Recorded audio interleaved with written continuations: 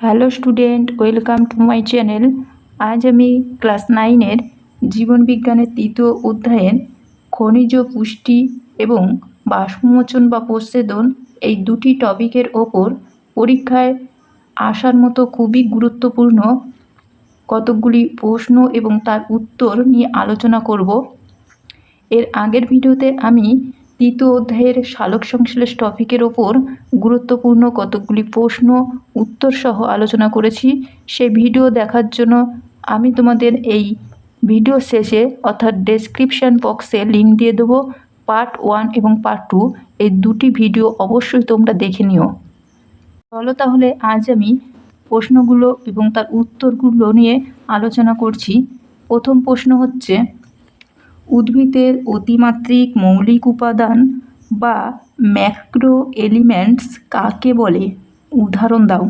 উদ্ভিদের যেসব উপাদান প্রত্যহ অপেক্ষাকৃত বেশি পরিমাণে প্রয়োজন তাদের ম্যাক্রো এলিমেন্টস বা অতিমাত্রিক মৌলিক উপাদান বলে, যেমন সালফার, পটাশিয়াম ইত্যাদি। নাম্বার 2, কোন মৌলের অভাবে উদ্ভিদের ক্লোরোসিস রোগ হয়? উত্তর হচ্ছে নাইট্রোজেন। নাম্বার 3, কোন মৌলের অভাবে উদ্ভিদের অপরিণত পাতা শুকিয়ে যায়? অ্যান্সার হচ্ছে কপার। নেক্সট, উদ্ভিদের মাইক্রো উপাদান বা স্বল্প মৌলিক উপাদান কাকে বলে? উদাহরণ দাও। উদ্ভিদের যেসব মৌলিক উপাদান অত্যন্ত নগণ্য পরিমাণে প্রয়োজন তাদের মাইক্রো এলিমেন্টস বা ট্রেস এলিমেন্টস বা অল্প মাত্রিক মৌলিক উপাদান বলে, যেমন লৌহ, বোরন, তামা ইত্যাদি। নাম্বার 5, ক্লোরোফিল অণুর কেন্দ্রে অবস্থান করে কি? অ্যান্সার হচ্ছে ম্যাগনেসিয়াম। নেক্সট, অ্যালকোহল ডিহাইড্রোজিনেজ উৎসেচকের কোফ্যাক্টর রূপে কাজ করে কি? অ্যান্সার হচ্ছে জিঙ্ক অর্থাৎ জেড। উদ্ভিদের বাফার হিসাবে কাজ করে কি? বাইকার্বনেট। যদি প্রশ্নটা অন্যরকমভাবেও পরীক্ষায় আসতে পারে, বাইকার্বনেট উদ্ভিদের কী হিসাবে ব্যবহার করা হয় বা কাজে লাগে, সেটা হচ্ছে বাফার হিসেবে। নেক্সট, স্টোমাটা কোথায় দেখা যায়? স্টোমাটা দেখা যায় উদ্ভিদের পাতায়। প্রতিটি পত্ররন্ধ্রে রক্ষীকোষের সংখ্যা কয়টি? 2টি।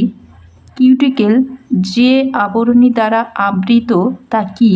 স্নেহ পদার্থ দ্বারা কিউটিকেল আবৃত থাকে।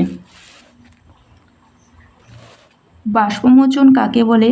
যে শারীরবৃত্তীয় প্রক্রিয়ায় উদ্ভিদের মূল দ্বারা শোষিত জৈবনিক প্রয়োজন অতিরিক্ত জল সূর্যালোকের প্রভাবে ও প্রোটোপ্লাজমের নিয়ন্ত্রণ অধীনে বায়বীয় অংশের মাধ্যমে নির্দিষ্ট শর্তসমূহের উপস্থিতিতে দেহের বাইরে বাষ্পাকারে নির্গত হয় তাকে বাষ্পমোচন বা প্রচ্ছেদন বলে।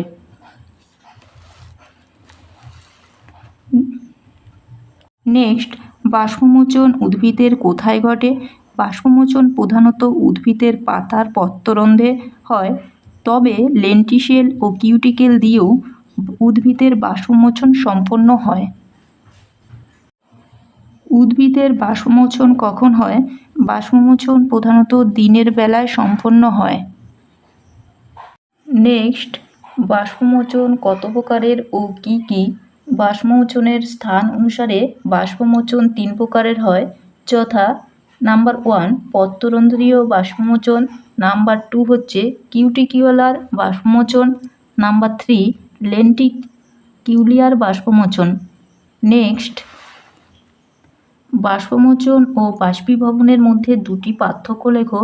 বাষ্পমোচন এটি একটি শারীরবৃত্তীয় প্রক্রিয়া, বাষ্পীভবন এটি একটি ভৌত প্রক্রিয়া। নাম্বার 2, প্রধানত দিনের বেলায় বাষ্পমোচন ঘটে, বাষ্পীভবন দিবারাত্র অর্থাৎ দিন এবং রাত্রির দুটোতেই বাষ্পীভবন ঘটে। নেক্সট, লেন্টিসেল বা কাণ্ড রন্ধ্র কি? গুল্ম জাতীয় উদ্ভিদের কাণ্ডে যে রন্ধ্র থাকে তাকে লেন্টিসেল বা কাণ্ড রন্ধ্র বলে। বাষ্পমোচনকে একটি প্রয়োজনীয় ক্ষতিকর পদ্ধতিরূপে কে আখ্যা দিয়েছেন? বিজ্ঞানী কার্টিস।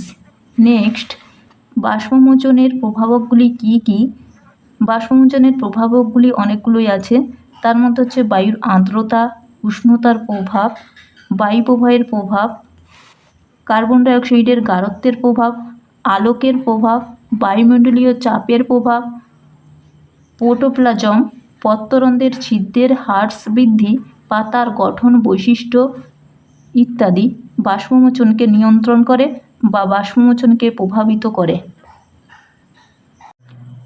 নেক্সট, বাষ্পমোচনের গুরুত্বগুলি লেখো।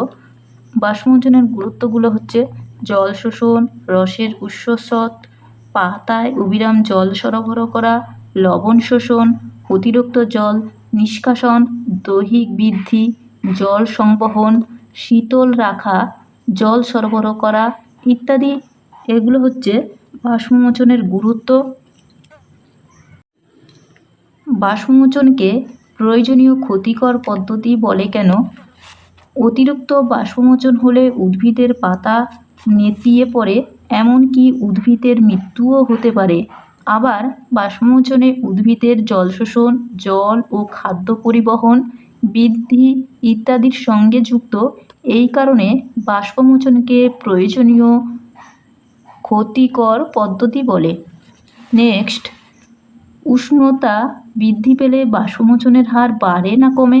উষ্ণতা বৃদ্ধি পেলে বাষ্পমোচনের হার বাড়ে, অর্থাৎ যত উষ্ণতা বৃদ্ধি পাবে বাষ্পমোচনের হারও তত বাড়বে, এবং যত কমবে উষ্ণতা বাষ্পমোচনের হারও তত কমতে থাকবে।